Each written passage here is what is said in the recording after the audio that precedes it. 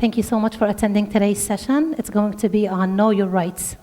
Let me invite our guest to go ahead and start on her presentation. Michelle, thank you so much for coming today. My name is Michelle Leith, and I'm the Northern Virginia Community Outreach Coordinator for the Office of the Attorney General.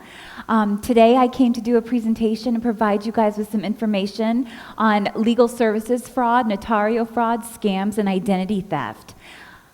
I want to tell you that this is our most requested presentation because these frauds and scams are so prevalent here, especially here in Northern Virginia. And so what we're going to do today,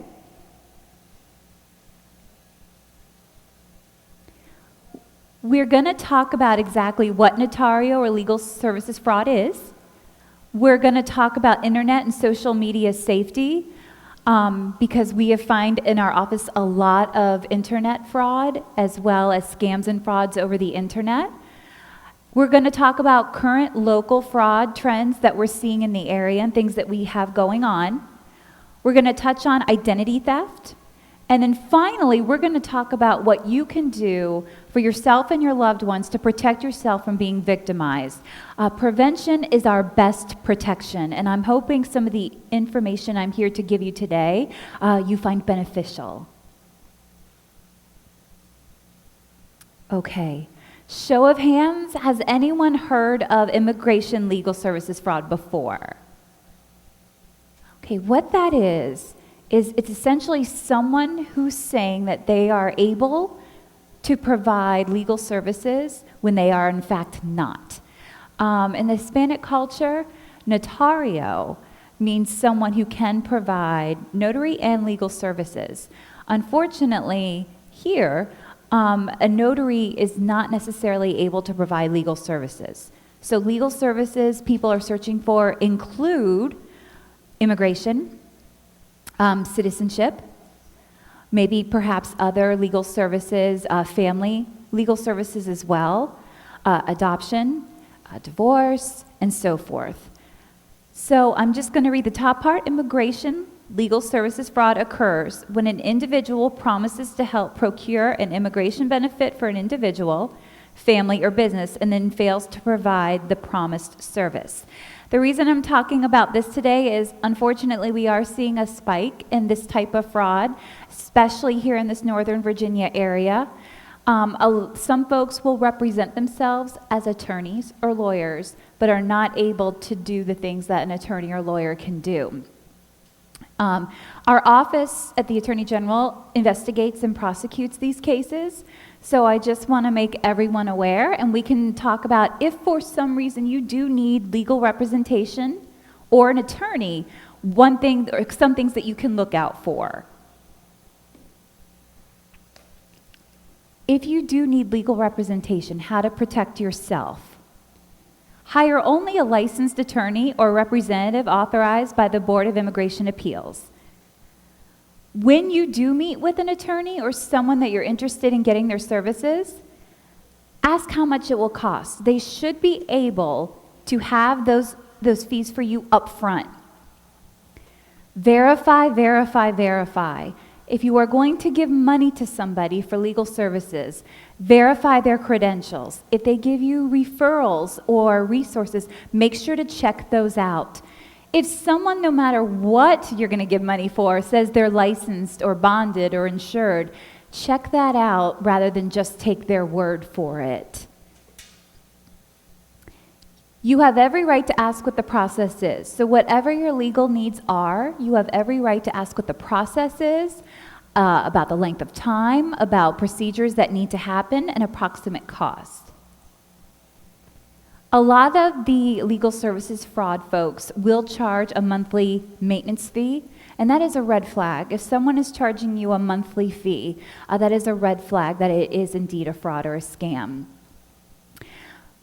You can require a written contract of representation and review it carefully. No matter what service provider you need, you can ask for that service to be put in writing. You can ask to have that in writing. Reason being, especially with the legal services fraud, is sometimes they won't put it in writing. They'll tell you they're doing certain things on your behalf to include submitting papers or different procedures. But you don't have it in writing, so you don't know exactly what they're doing, and it's hard to hold them accountable for things that they say they're doing for you. Get a receipt when you make a payment. If you pay someone, any service provider, but especially legal services provider, ask for a receipt or an invoice for payment. This is so very important. With a lot of the notario cases we have seen, they will go ahead and charge fees as they go, but not provide a receipt or an invoice. And so unfortunately, we have folks that are victimized and have spent a lot of money and have no receipt or record of what they have spent. When that occurs, it becomes difficult to investigate and prosecute when there's not those receipts and those written statements. You can ask for all copies of documents filed on your behalf. If someone is representing you legally and they say that they need to submit a specific document, you deserve and you can have a copy of that document. Please keep all those copies for your records so you know exactly what is done on your behalf or in your name. Never sign papers that are blank or have not filled out. Some of the scammers will just have a standard form and they'll say, I will take care of everything, you just sign here. Never sign a form that has blank information or where someone has to fill in something later. You want to know exactly what you're signing. Never sign documents that you do not understand. I know I'm not an attorney, and some of the language that the legal services folks use, I don't understand. If there's any confusion at all, make sure that you understand fully what's being written. You can take it to a third party. You can have someone else go with you. You can take it to social services just to make sure that you know exactly what you're signing. Never sign documents that contain false statements or inaccurate information. So when folks think about legal services fraud, we usually think about the financial cost. Unfortunately, there is a huge financial cost to folks. But there's also another cost that we don't think of. And the other cost is it can definitely impact your legal proceedings. If folks are looking for citizenship legal proceedings or immigration legal proceedings, if someone has filed papers on your behalf or has done things incorrectly, it can impact that process for you. So that is another big cost to legal services fraud. Another reason why I'm here, to make sure that if we do service with somebody, it's somebody who is legitimate and able to provide those services for us. Down here at the bottom, I have, you can report any unlawful activity that may be unauthorized practice by law of contacting the Virginia State Bar Unauthorized Practice or Law Committee. There's their information on the bottom. You can also contact our Consumer Protection Division at the Office of the Attorney General, and I'm going to have that information for you in just a bit. You can contact them via telephone, via email, or by mail as well. So we are definitely a resource for you. We find a lot of folks that are victimized by this type of fraud or scam and other frauds and scams are afraid to come forward for various reasons. And we just want to tell everyone that when you've been victimized this way, it's important that you come forward. Local law enforcement and our office at the state level is here to help in any way we can.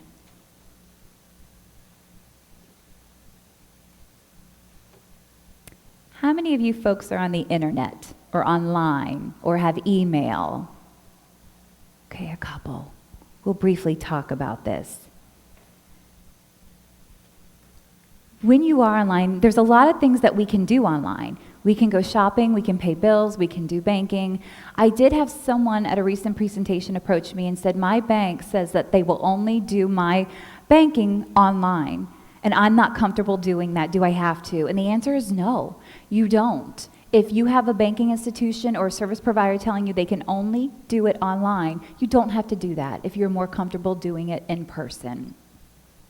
But online can be very, very convenient for things that we want to do. So when we are online or on the internet or on our email, it's important that we make sure that the information we have on there and we receive on there is secure. One thing to look for is when you type in any email address, You're going to look for the HTTPS. You can see it right up here at the top left-hand corner. The S stands for secure. That tells you that the site that you're on, whether it be on your computer, your laptop, your tablet, or your phone, is secure, and that any information you put on that site is secure. Another thing you want to look for in the email or the internet address is a padlock, like a little lock. You can see it right here circled to the left. That is also telling you that that site, that internet site, is secure. This is important, especially if you're putting personal information, banking information, your identity information, your financial information, or even with the holidays coming up, folks that make purchases online, if you buy things online, look for those two things to make sure any information you put online is secure. There's one exception to this, though. I can be on a secure website. However, if I'm on a service or a Wi-Fi or an internet connection that is not secure, that means the information I'm putting out there could be seen by somebody else. So places that have a public Wi-Fi or an open connection would be places like the library, McDonald's, Starbucks, any public place that says free Wi-Fi. I'm telling you this because I can be on a secure site, but if my connection is not secure, anyone can see what I'm putting on there.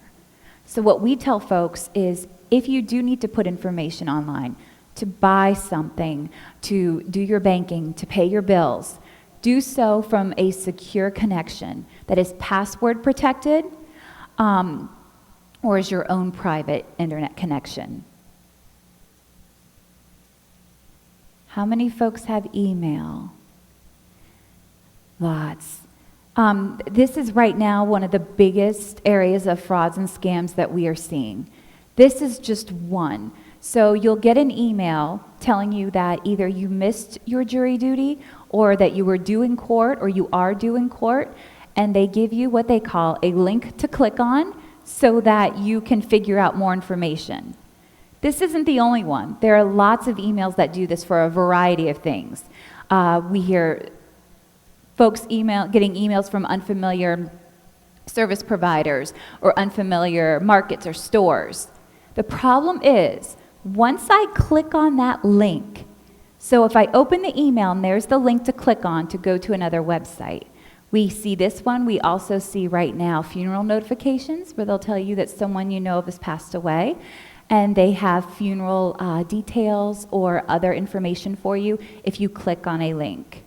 The problem is, once I click on that link, the information in my computer can be viewed by the person who's put that link there.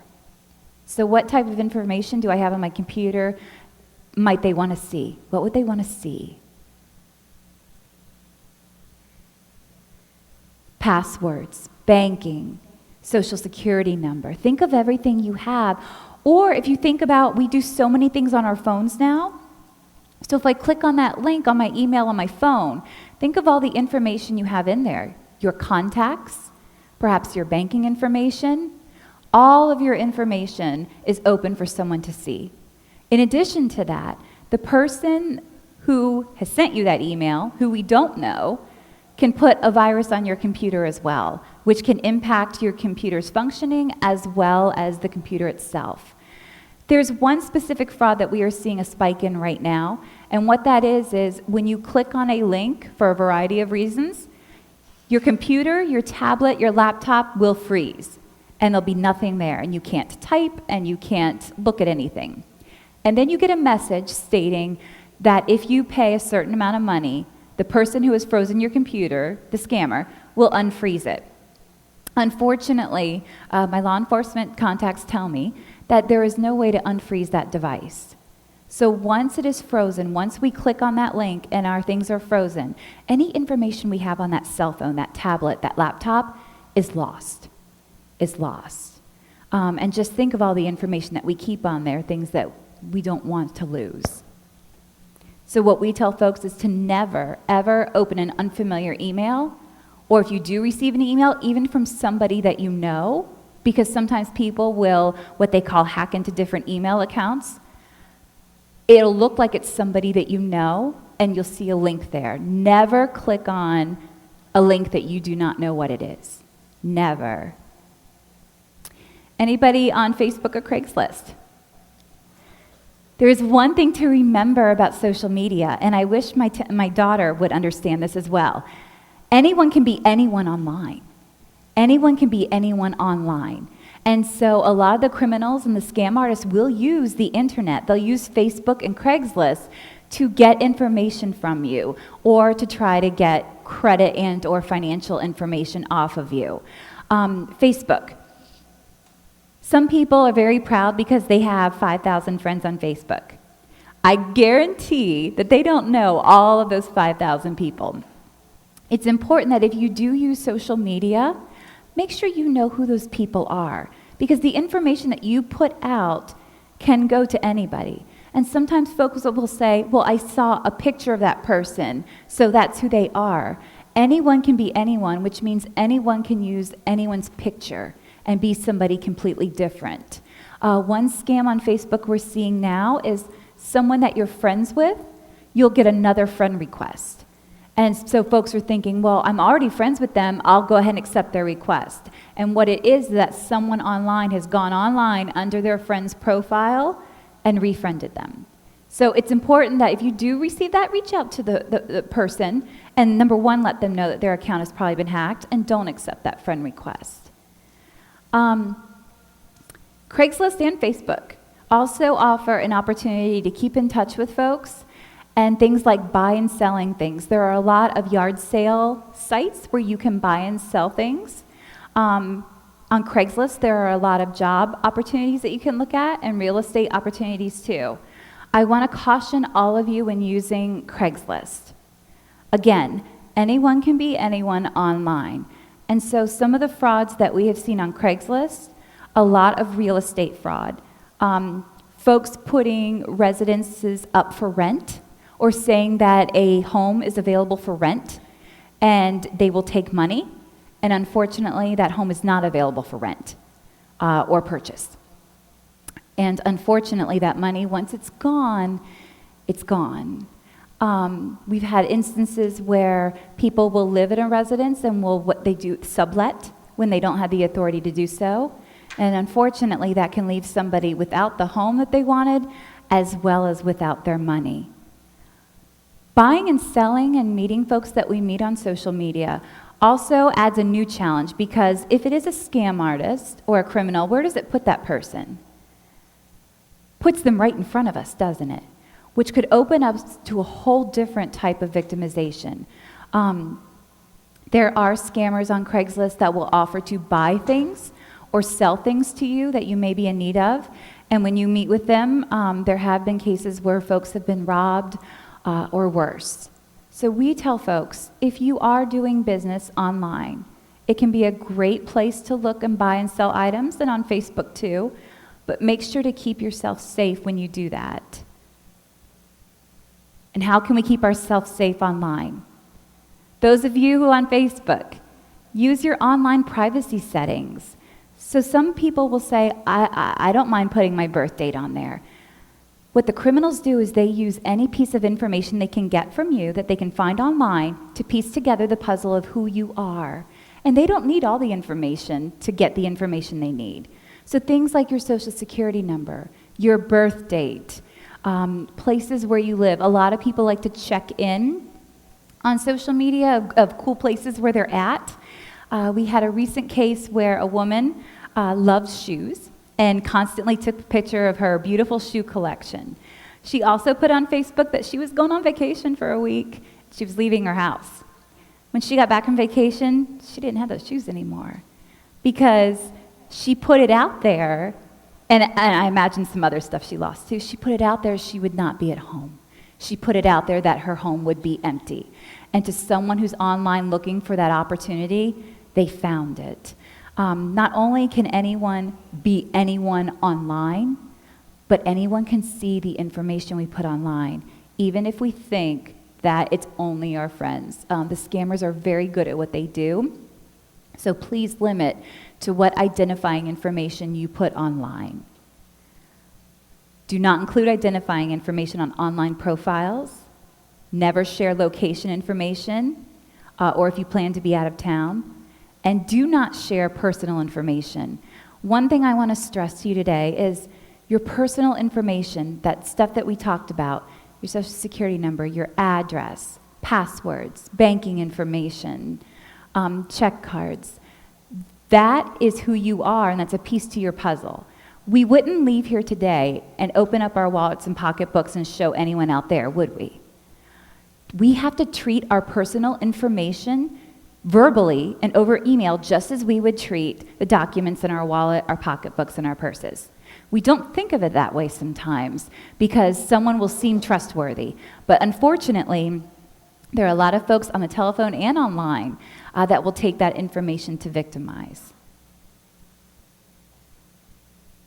Along those same lines, one that we're seeing right now that's increasing in this area is a technical support scam. So you receive a telephone call or an email letting you know that there's a virus on your computer. And lucky for you, this person caught it, and they're willing to fix it for you right there. Couple things with this one. They will ask you for a credit card number, which again, once they get that credit card number, they can use that credit card number to buy things. And number two, they can ask you for what is called remote access to your computer. And what that is they will send you an email, again, with the link that we talked about, and they'll say, click on the link, and I'll be able to go on your computer and fix the virus. And unfortunately, this is a scam also that we're seeing, that they will get the information off your computer, but they can also freeze your computer and put a virus on it as well. Never trust somebody that simply calls you up. If you think there's an issue, seek out a service provider that you trust. Okay, IRS. This one's a big one too. Anyone get these calls? Yes. I wanted to briefly talk about this one today because they've been around for a while. Someone from the IRS is calling you, telling you that you owe taxes and that you must pay or you'll go to jail. The IRS will never call you to let you know that you owe money. This one is particularly dangerous because they use the authorities to get us to react instead of respond. They want you to act quickly because they know if we have time to think about it, we're going to know something's not right. We're going to know something's not right. So they will either ask for credit card numbers or you to wire money or a debit card, usually called a green dot or a blue dot card. This particular scam has taken a new turn as of last year, and now that we'll be going into tax season again in a couple months, it's important to note. So there was a case in Stafford County where a gentleman received the IRS telephone call. He knew it was a scam, so he hung up. 5 minutes later, on his caller ID, he sees Stafford County Sheriff's Department. Well, I don't know about you guys, but if the Sheriff's Department police are calling me, I'm going to answer. So he did. And the person on the other end of the line told him that he did indeed owe that $7,000, and that if he did not pay, they would come to arrest him. My law enforcement contacts want us all to know they'll never call and tell us they're coming. They'll never call and say, we're coming to arrest you, put on a pot of coffee. They like the element of surprise. So what happened here was, it was the scammers, and they can take telephone numbers on caller IDs and disguise them as somebody else. And that's what happened in this case. They disguised themselves as Stafford County Sheriff's Department. Unfortunately, the man did go out, and he did get a debit card with $7,000. He did call the number back, and he gave them the number on the back of the card. One question we receive quite frequently is, if I do buy a debit card and I don't give the person the card, they simply have the number, they cannot take the money, can they? Yes, they can. They just need the number on the back of the card. So therefore, when the gentleman in Stafford called the scammers and gave them that number, that $7,000 was gone and not able to be recovered. A large percentage of the frauds and scams happen overseas, and so it is very difficult with location changes, banking institution changes, Folks change. It's very difficult for law enforcement to find perpetrators and recover our money. Again, why prevention is our best protection. Real quick about the caller ID. How many of you folks have caller ID? I do too. It can be a very good tool to see who's calling. However, with that story and recent things, a lot of the scammers will use what they call caller ID spoofing to put numbers on there that aren't theirs. So some of the ones we see, if you look at your caller ID, you'll see 0000, or sometimes they'll say unavailable. A new one that we're seeing is when you look at your caller ID to see who's calling, it will say your name and your number. Which they want you to pick up the phone. And that's a great way to get someone to say, hey, wait a minute, that's me, let me pick up that phone. Never pick it up. We tell folks, if you don't recognize who's calling, you can always call them back directly. You can always call them back directly. So again, real quick, I just want to emphasize caller ID can be a very good resource. However, the scammers and the criminals are good at what they do, so they too know how to input numbers that are not theirs or identifying factors that are not theirs into them as well. Home repair. This is one that we usually see in the warmer months, but we also see it in inclement weather too. Folks going door to door. Telling you that maybe there was a storm last week and they can go ahead and clean up your yard of debris. One that we see a lot in this area are folks going door to door saying that there is something wrong with your roof or your gutters and there's a hole and that they can fix it for you for cheap. One that is extremely prevalent in this area is driveway paving, where they will come to your door and tell you that your driveway needs to be fixed and that they can fix it. And they'll even give you a good price because they just did your neighbor's driveway. Again, just like the online scams of folks that we meet, where does it put the criminal? Right in front of us, right?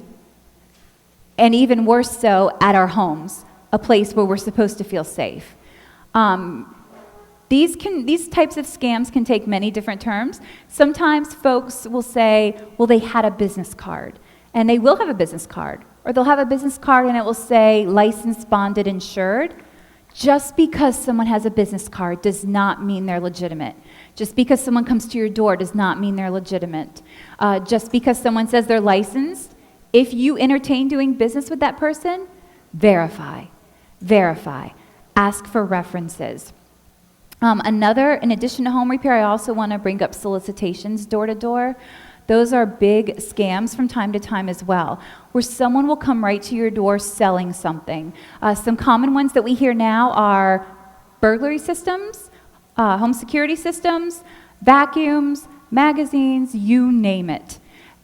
Anyone coming to your door should have what they call a solicitor's license to sell things.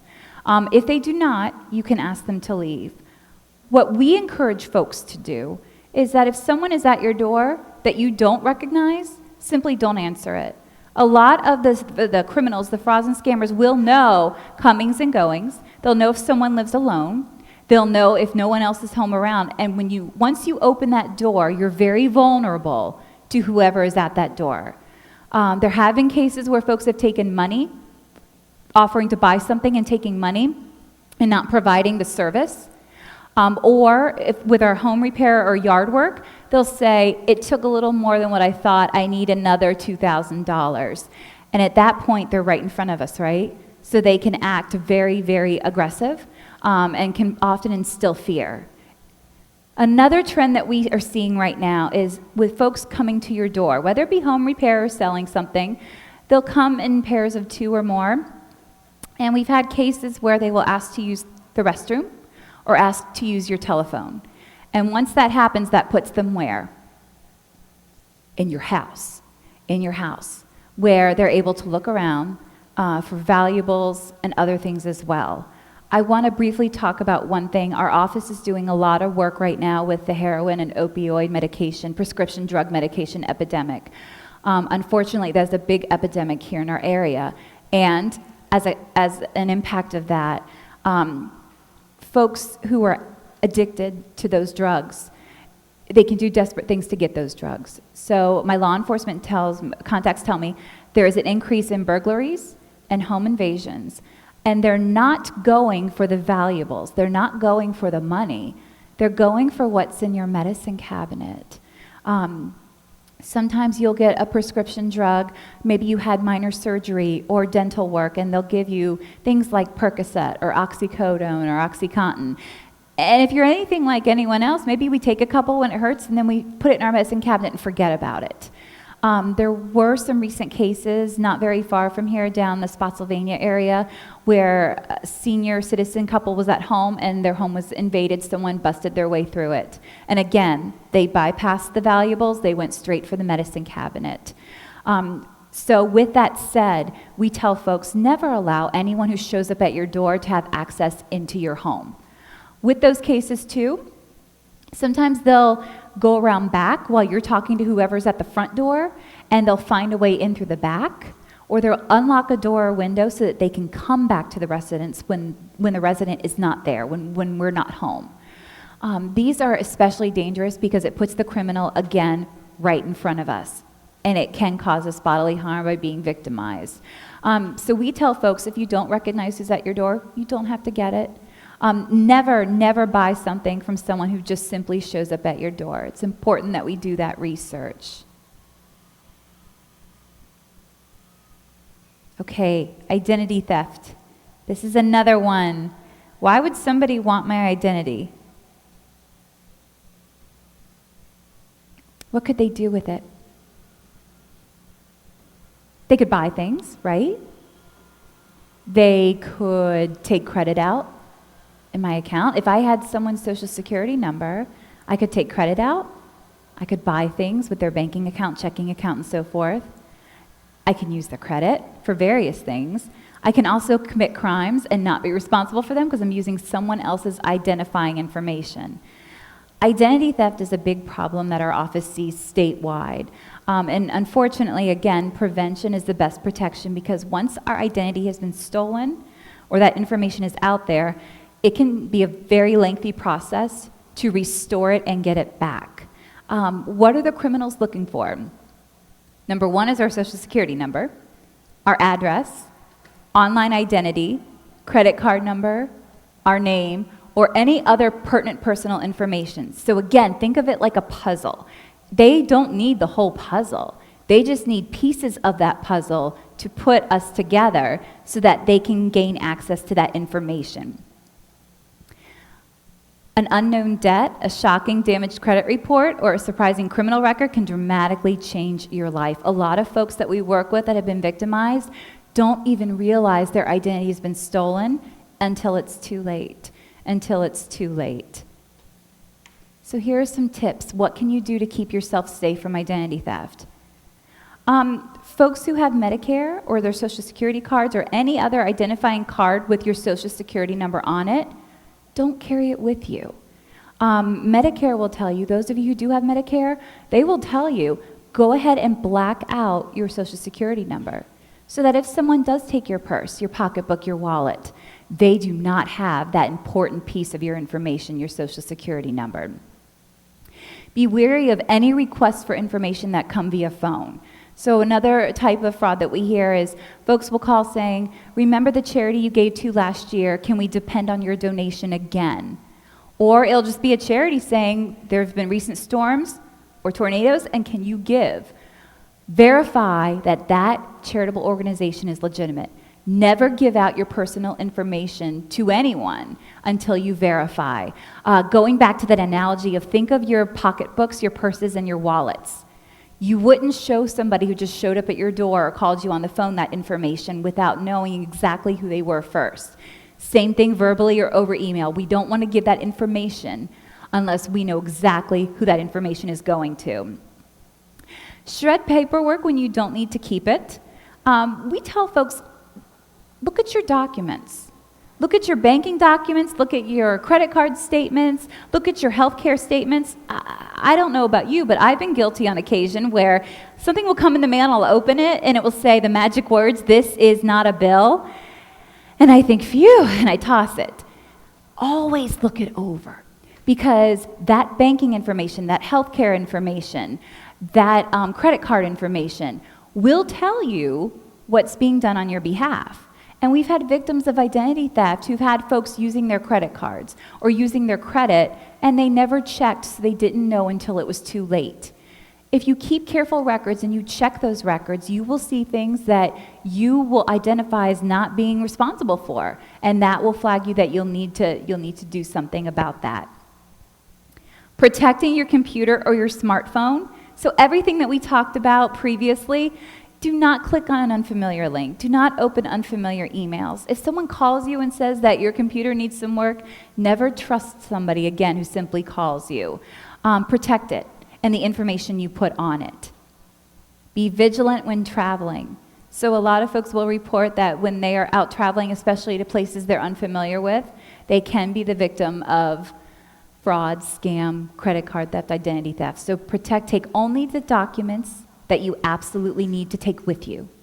And absolutely, any documents that you take with you while traveling, have copies of it home securely, so that in the event that your purse, pocketbook, wallet is misplaced or stolen, you know exactly who to call to cancel those credit cards, to cancel that banking, or who to alert that your personal information is out there. You can check your credit regularly. We get a lot of questions about companies like LifeLock, and unfortunately our agency is not able to endorse any specific agency. However, you are able to get a free copy of your credit report every year. And I have information up here if you'd like to take it from each of the 3 credit bureaus. And that's so important because if someone is using your identity or someone is buying things on your behalf, that's going to show it on your credit report. That's going to show it, and that's going to alert you. That's going to alert you that someone has that information and is using it. You can use this website, annualcreditreport.com, or you can contact any one of the 3 credit bureaus as well to get that information. Resources. Your number one resource, if you think you've been the victim of a legal services or another type of fraud or a scam, local law enforcement is your best and first resource on the ground. Why? Because they're right there in your community. They will have the tools and resources to help you right where you're at.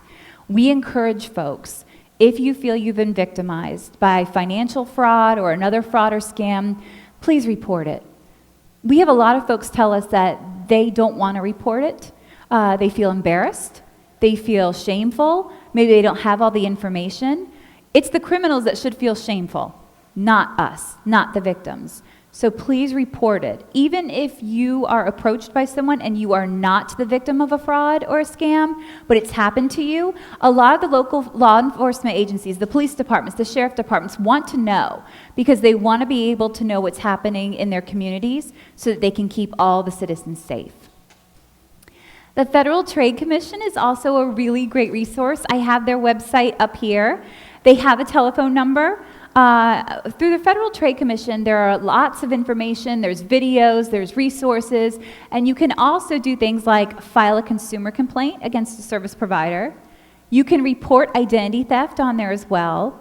You can get a copy of your free credit report through the FTC website. And you can also sign up if you have email to get scam alerts. So just like we briefly talked about this morning, some of the common frauds and scams that we're seeing in the area right now, those frauds and scams are always changing. They're always changing. So it's good to sign up with the FTC so you can get notices about what's going on, what's the new fraud or the new scam going on. Our Office of the Attorney General is also a really great resource for you too. I have our website. We also have a Consumer Protection Division, and I have that information up here as well. So what can our Consumer Protection Division do to help you? If you are online, you can go online, and if you're thinking about doing business with a service provider, and that could be any service provider, it could be a home improvement, it could be a medical service provider, a car salesman, you can search for their name to see if a complaint has been filed against that person on the state level. So that's one way to double check somebody. In addition, we have a consumer protection hotline. a 1-800 number that's available Monday through Friday, 8:30 a.m. to 5 p.m., and that can serve a multitude of resources for us. If you are in need of a service provider, whether it be medical or home improvement or anything, you can call them and get information and resources, and even possibly referrals. If you have questions, some folks who've been victimized by frauds and scams maybe don't realize they've been victimized, so they want to call somebody and figure it out. They're a great resource for that as well. And finally, if you are the victim of a fraud or a scam, you can also report that fraud or scam to our Consumer Protection Department too. Again, we encourage you to go to local law enforcement first, because they're your resource right there. But we're also a great resource because we will investigate those claims and try to get a resolution for folks as well. You can file a consumer complaint either on the telephone or online or printing out our form in the mail. And there's a screenshot of our website. So if you go to the Attorney General's website, if you Google Attorney General of Virginia, you can go to our consumer protection website. It has a lot of information on it and a lot of great resources. And if you do need assistance, you can definitely let them know. Some of the popular ones that they work with, cable companies, car sales companies. There was a case recently where a hotel offered a really great deal for an event that was happening in that town, and a lot of folks took advantage of that great rate. After their stay, when they got their hotel receipt, it didn't have the rate on it. It had double what the amount was. We had a lot of folks contact us with that specific one, and we were able to get their money back for them. So it's very important that we report and we share that information if we think we or someone we know has been victimized. Here is my contact information. Our main office is in Richmond, but I'm actually very local in Fairfax, and I have my cards up here as well. If there's anything I can do for you, if you have questions regarding consumer protection, frauds and scams, legal services fraud, anything at all, I'm here to help you. I'm actually right in Fairfax. Please feel free to send me an email or give me a call, and I'm happy to help in any way that I can. Thank you guys so much. Does anyone have any questions or concerns? Thank you so much. Yes, and we also have folks saying, because we encourage folks, keep those documents just as long as you need them, but when you no longer need them, it's important to dispose of them properly. We do have some folks who, it is getting colder out, and so when they have their fires at night, anything they're ready to get rid of or shred can go up with the fire too. But you're absolutely right. I do want to say one thing about the mail, junk mail. The more we put our information out there, the more it's out there, and the more junk mail or offers like that you will get. Scammers are notorious for buying and selling people's information. So say I'm the victim of a scam, they can also make additional money off of me by giving my information to somebody else. So limit the amount that you put your information out there. And that includes things like entering contests. That includes things like credit card offers. Nowadays, anytime you go to a store, every store has their own store card, right? Have only the ones that you absolutely need. Because again, the more I put my information out, the more it's out there and the more junk mail and stuff like that I will get. One more thing about the email ones. We talked about secure email sites and websites. There's also a lot of scams and frauds going around using big company names, like Bank of America, like Wells Fargo, or like Target. And you'll get an email or a letter in the mail, and the logo will look legitimate. It will look like the Bank of America logo or the Target logo, so you think it's legitimate. And they'll tell you your account's been compromised, or someone's taken money, or you're eligible for something, and call this number. If there's any question, call that company directly. Do not use the telephone number that they give you or email address that they give you. Do your research, look on the back of your credit card or your bank statement, or look up the Target number and call that entity directly, because they're very good at what they do. And especially via the internet, they can use those logos that look very, very, very convincing. If I'm a criminal, what a great way to get somebody's information, especially there are legitimate businesses out there that provide that service. So someone who just simply calls you up and say, I can offer that protection to you, just give me that information. Always verify. Always do our research. We tell folks take the 24-hour rule before doing service, before buying anything. Take 24 hours to do that research, because oftentimes once our money's gone, it's gone. And the information too. Once it's out there, it's out there. With regard to the grandparent scam, it's one that our office sees a lot statewide, but it also takes other forms too, like the parent scam. Sometimes they'll tell you that your grandchild is in trouble or in a hospital, because again, they want you to react instead of respond. They want you to initially react because they don't want to give you time to think about it. Some things that our office hears is that they will tell you that your loved one's been abducted, or that they're in jail, or that they're in the hospital, and they need money right away. This one took a new turn recently with the parent scam once the school year started. There was a recent case just a few weeks ago in Loudoun County where a mother was called, and the person identified themselves as her daughter and said she was being abducted and that they needed all this money. They told her not to call the police. $6,000 later, her daughter had gotten out of class and have called her just to say hello. This is a big, big scam because it hits us right here in our hearts. They tell us that our loved ones are in trouble, sick, or hurt, and they need us to react instead of respond. It is very important. If you receive a call like that, ask the person to call them back. Usually you'll hear a click. Sometimes they'll give you a number though. Call and verify that loved one's whereabouts. Call that person, call someone that knows them. And it's not just family. This recently happened at an assisted living center in Springfield, where they had all the residents' phone numbers who lived there. So they called one resident and said, your friend so-and-so is in the hospital. You need to pay money or they're not going to be okay. Thank goodness one of the first ladies to get the call went to her neighbor and knocked on the door, and he was home. And he was home. So this is a very big one that we're seeing right now too. Thank you for bringing that up. Real quick, sometimes the scammers will know your loved one's name. And there's a variety of different ways they can do that, because some victims will tell us, well, they knew my grandson's name. And here's how that may happen. If you're on social media, or even if your loved one is on social media, it's not hard to piece together who's related to who. And even if you do an internet search and you type in your name, technology is a great thing, but it's dangerous too. Family members, where you live, your address will come up. So it's very easy for scammers to put together who may be related to who, and they may even have the name of your loved one.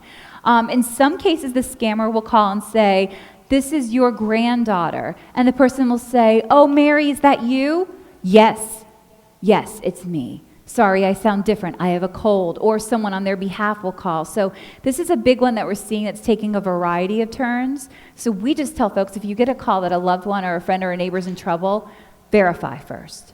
Verify first. Calls or emails, you are a winner, whether it be a trip or money or a car. But oftentimes they'll ask you to pay.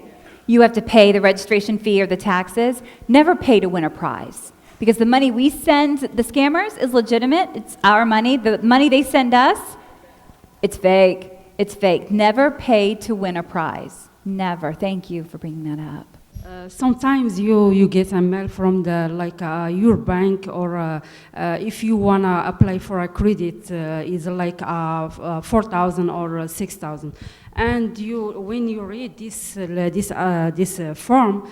You said you don't want it. I don't want this credit. You don't want it, and you trash it. So if someone gets it, they can get your information or not? They can. So, and thank you for bringing that up. I've received those too, where it'll be a credit card offer, but it will be the credit card with a number and your name on it. And if you just happen to toss that in the trash, anyone who gets a hold of that can piece together your information, or perhaps activate even that credit card. So what to do is shred it. Cut it up into little pieces, throw it away in different trash cans, because that information is so vital for criminals to get into your credit or to take credit out in your name. Thank you for bringing that up. Okay. Any other scams or frauds that you guys know of? Okay. Well, thank you so much. Thank you guys so much. Thank you Michelle. so very much. That was really helpful. You've covered on so many topics that many of us actually faced or heard about. Thank you for taking the time to join us today. Thank you so much. And I just want to let you guys know I have a lot of information and resources right up here at this table. Please help yourself. There's a lot of great information. I'm going to leave it out for you, so please help yourself before you leave today. Next, we would have Alejandra, our partner, to cover on the food handling certification. As we promised you, we would prepare you every session, at the end of every session, with giving you some information on how to become certified. Again, I'm very, very happy to be a part of this program. When Tahani mentioned to me, she said, because she's always trying to do great things for the community, right? So she said, we want to have information sessions every Tuesday. We want to empower the community. We want you guys to know this and do that. We sat down one day and we said, let's come up with a list of things that we can offer the community. We don't just want you to have information, we also want to certify you for different things, learn life skills that will be useful. So today, this book that I have in front of me here is called the Serve Safe book.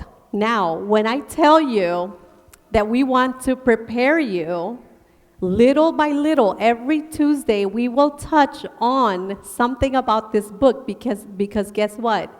The food certification class, in 2.5 days, you have to cover this whole book, right? And then at the end, you take the exam. And so do you see why we want to prepare you little by little? Because we don't want you to fail. We want you to pass the exam. Este libro que ustedes ven aquí enfrente de nosotros, este es el libro que se cubre por completo en 2 días y medio y después tienen que tomar un examen. Ya ven por qué les digo que cada martes vamos a cubrir algo pequeño, un tema pequeño de este libro. ¿Por qué? Porque la meta que queremos es que ustedes pasen su certificación. What can you do if you're a certified food handler? What benefits are there to you? Well, if you go and apply for a job at a restaurant and 5 other people apply, but you go there and you show them that you are a certified food handler, guess who's going to get the job out of the 5? You, right? So, ¿qué beneficios tienen ustedes por ser un portador de esta licencia de manejo de alimentos adecuados? Ok, si ustedes van a aplicar a un trabajo en un restaurante y 5 de ustedes van a aplicar, pero solamente tú tienes la certificación de comida, ¿a quién creen que les van a dar el trabajo? ¿Verdad? Bueno, so, last week, I'm going to quiz you. How many of you were here last week? Ok, ¿quiénes estuvieron aquí la semana pasada? Ok. So, who can tell me one form of cross-contamination? I'm picking at your brains. I want to see if you're paying attention. Okay, what about chicken? Okay, because what can happen? Like what happens? What about the chicken? Yeah. Yeah, so the liquid. Also, another thing we mentioned. Somebody tell me one other thing? Yes. Oh, yes. And what about the cutting board, though? That doesn't tell me much. What about it? Wow, you guys were paying attention. That's good. I'm glad. Because some of those things will be in the exam. So, les pregunté, ¿qué es lo que cubrimos la semana pasada? ¿Qué es la contaminación cruzada? El caballero muy bien dijo, bueno, si compramos pollo y lo ponemos en la parte de arriba de la nevera y no está bien cubierto y tenemos vegetales o cosas que comemos ya instantáneas, le cae el jugo del pollo, contamina esa comida.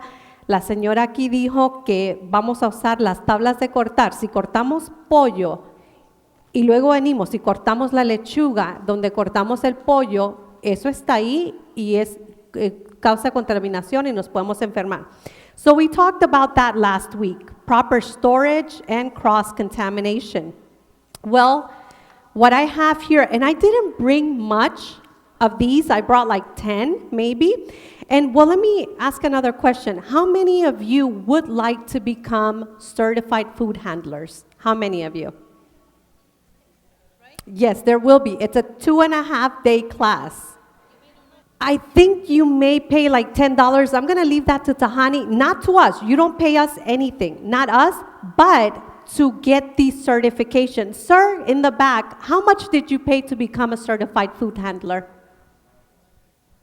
Do you know about how much he paid? No? But you paid. I think for us, for county employees, when we took ours, it was like $100 and something. So you won't pay all of that. Even when we bring first aid CPR, you are only paying $10. Okay, then that's fine. But for those of you that want to become CPR first aid certified, you only pay $10, where I understand they're charging $80, $100 out there. You will only pay $10 here, and that's not for us. That will be to Red Cross to obtain your certificate or whatever. Okay, so. Oh, how many of you are interested in becoming first aid CPR? ¿Cuántos quieren sacar la certificación de first aid CPR? Here's what CPR does. You have one instructor, but you cannot have more than 10 students per instructor. And those are Red Cross guidelines. So if you just want to get information and you don't want to be certified, you won't participate doing the practice of like CPR because they can't. So in other words, Red Cross tells the instructors, you cannot give, one instructor cannot serve more than 10 students. So para el curso de CPR y primeros auxilios, aquellos que quieren nada más aprender pueden sentarse, participar en la parte de atrás de la clase, escuchar. Si no van a sacar su certificación, no van a estar en la mesa ahí con los demás, no van a hacer la práctica de resucitación cardiovascular, porque la Cruz Roja dice que no puede haber más de 10 estudiantes por un maestro, ¿ok? Pero sí pueden sentarse nada más a escuchar, pero si quieren sacar la certificación, solamente hay 20 cupos y van a estar aquí. Okay, so are we ready to move on to today's practice? Okay, very good. All right, so today we will focus on avoiding food temperature danger zones. And so here we see a picture of a little thermometer, right? And for those of you that can't see it from far away, so foods that need to be cold and held cold, they must be below 40 degrees Fahrenheit. That's the safe temperature for cold foods. Foods that need to be hot, the starting safe temperature is 140 degrees Fahrenheit and above. It depends on different things. So, vamos a empezar por mostrar, vamos a hablar acerca de evitar los temas peligrosos de temperatura para los alimentos. Las comidas que necesitan estar frías siempre deben estar bajo una temperatura más baja de los 40 grados Fahrenheit. No pueden estar más altos de eso porque ya entra a una zona de peligro. This is the danger zone here, okay?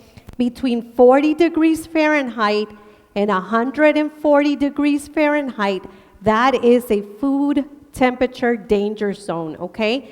So for 140 degrees Fahrenheit or more, we have the ham either fully cooked or that needs to be reheated.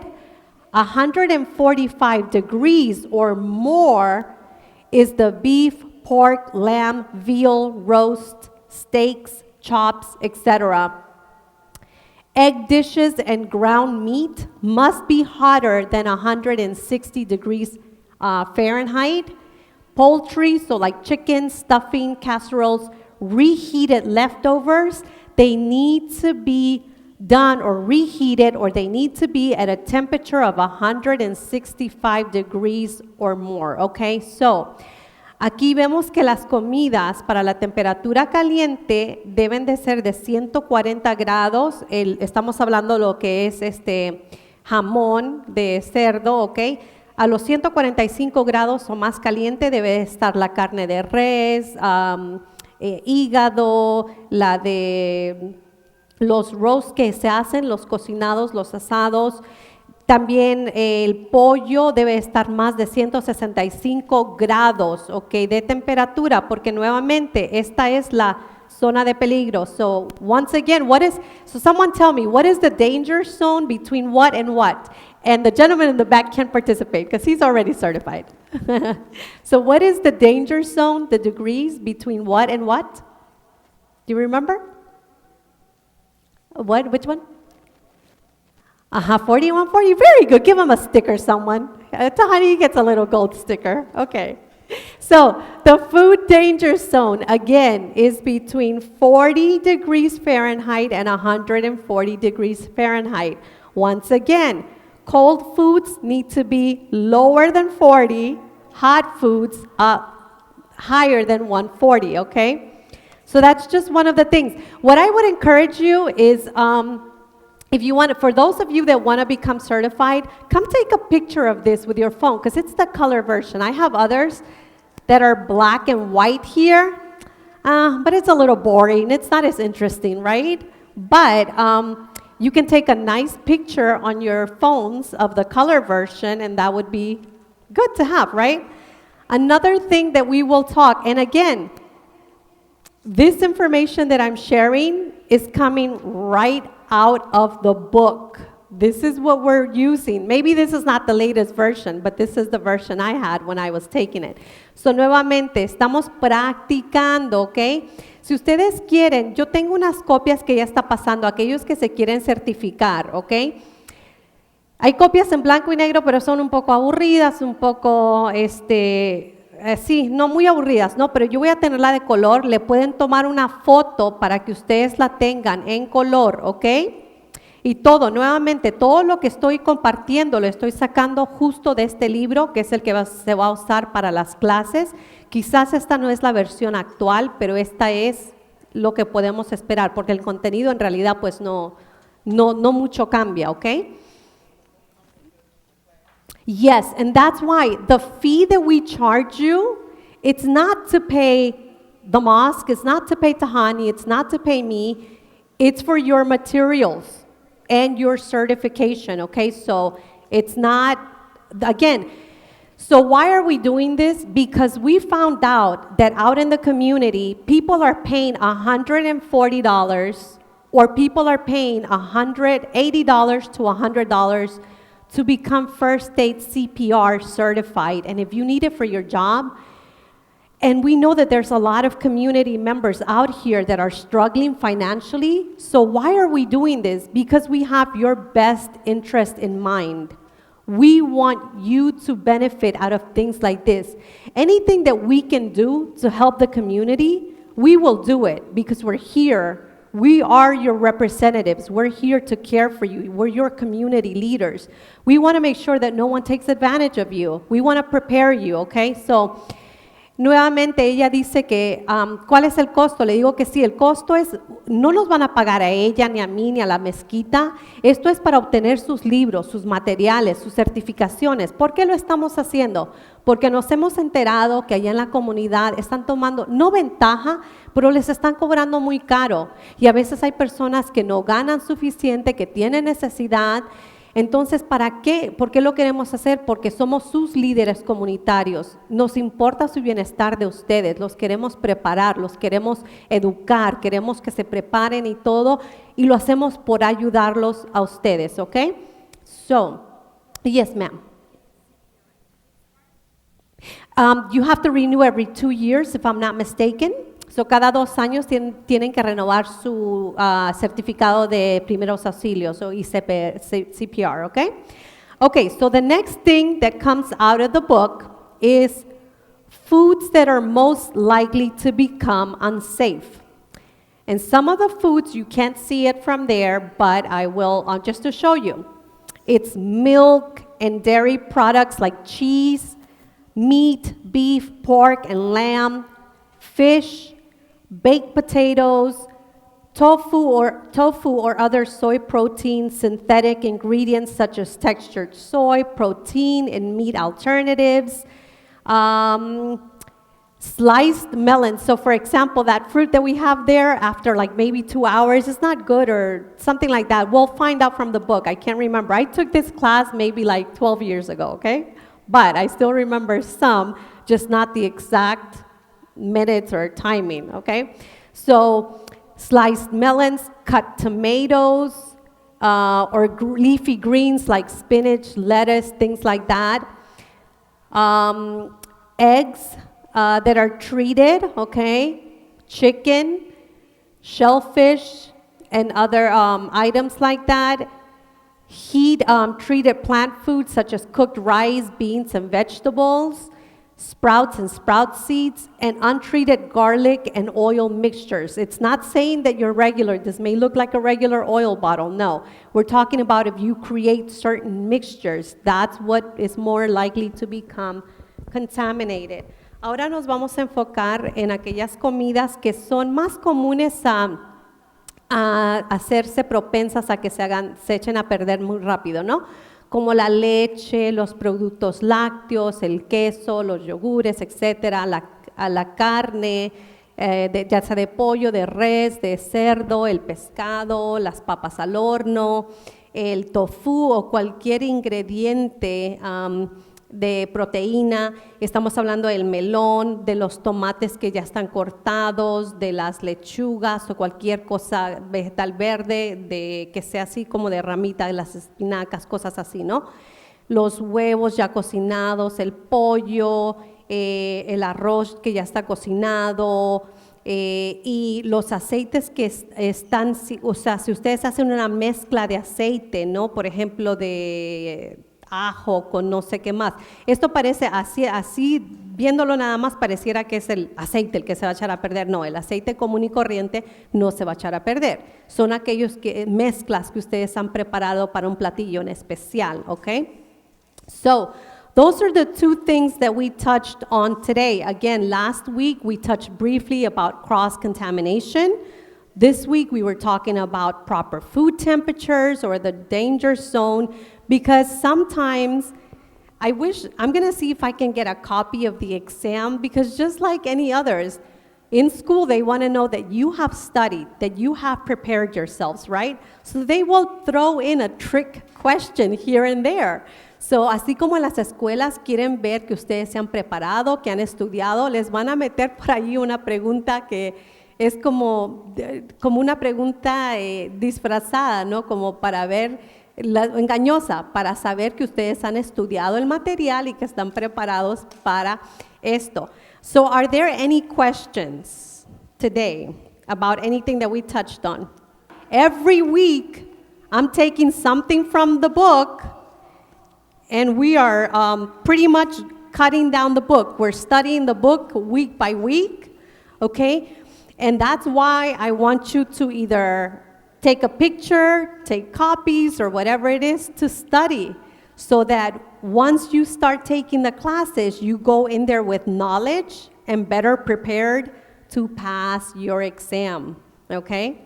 Just like CPR first aid, be prepared, ladies, gentlemen, be prepared, because the CPR first aid certification will be a 5-hour, 5.5 with lunch, and thank God they will provide it for you. So you see, they're so good. Let's give them a hand, guys, please. La clase de la certificación de primeros auxilios, etcétera, va a ser de 5 horas y media, y qué buenos son ellos que hasta almuerzo les van a dar, ¿ok? Les van a dar ellos, pero, so, be prepared, because that class will be a 5.5-hour class, including a very small break and lunch, and then this, it will be a 2.5-day class. So Tahani has said that we can take it here on a Saturday or a Tuesday. For both classes is 20 people.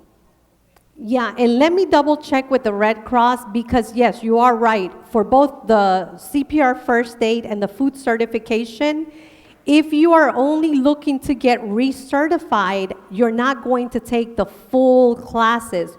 You just simply need to apply your knowledge. They need to test your knowledge. And if you pass that recertification exam, it's a much shorter version, but they need to know that you know the content to become recertified.